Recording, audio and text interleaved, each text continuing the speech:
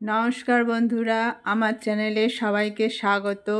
আজকে আমি বানাচ্ছি ঝিঙে আলু পনির দিয়ে পোস্ত। এটা ভাত, রুটি, পরোটা সবারই সাথে খেতে খুবই দারুণ লাগে। তো আমি দুটো ঝিঙেকে চোকলা ছাড়িয়ে ছোট ছোট টুকরো করে কেটে ধুয়ে নিয়েছি। আর 2 পিস আলু নিয়েছি। আলুটাকে আমি আগে থেকে একটু নুন দিয়ে সিদ্ধ করে নিয়েছি। আর 100 গ্রাম পনির নিয়ে ছোট ছোট পিস করেছি। আর একটা মিক্সিং জারের মধ্যে কিছু পোস্ত আর কাঁচা লঙ্কা দিয়ে একটা পেস্ট বানিয়ে বাটিতে ঢেলে নিলাম।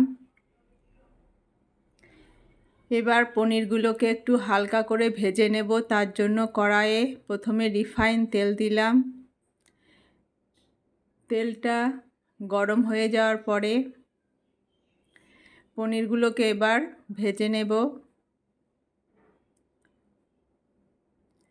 একটু নাড়াচাড়া করে সমস্ত পনিরগুলোকে ভেজে তুলে নিলাম।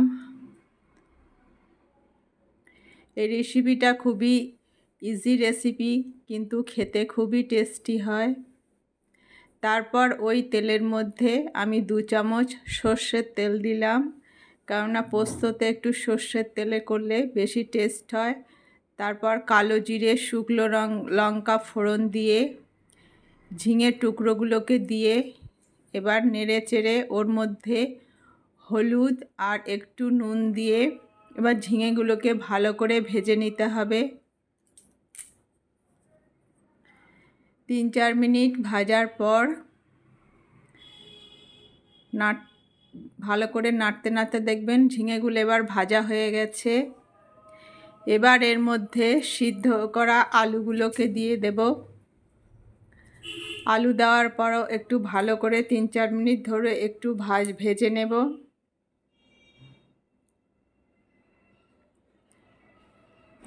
এই রেসিপিটা যদি আমার ভালো লাগে, নতুন বন্ধুদের কাছে অনুরোধ রইল আমার চ্যানেলটি সাবস্ক্রাইব করার জন্য। তারপর পনিরের পিসগুলো দিয়ে দিলাম। সব কিছু ভালো করে মিশিয়ে নিয়ে এবার ওর মধ্যে আমি বেটে রাখা পোস্তর পেস্টটা দিয়ে দেব।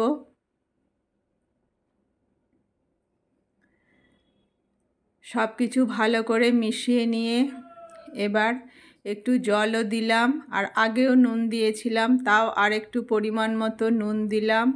অল্প একটু চিনি দিয়ে এবার নেড়ে চেড়ে নিয়ে ঢাকা দিয়ে 5-6 মিনিট মতো একটু সব কিছু ফুটিয়ে নেব। আলুগুলো তো আগে থেকেই সিদ্ধ করা ছিল। এবার 5 মিনিট পরে দেখাচ্ছি, পুরো সব কিছু ভালোভাবে সিদ্ধ হয়ে গেছে। এবার তৈরি হয়ে গেল আমার আলু পনির ঝিঙের পোস্ত। রেসিপিটা ভালো লাগলে অবশ্যই লাইক কমেন্ট করবেন। আজ এখানে শেষ করছি। সবাই ভালো থাকবেন, সুস্থ থাকবেন। Bye bye.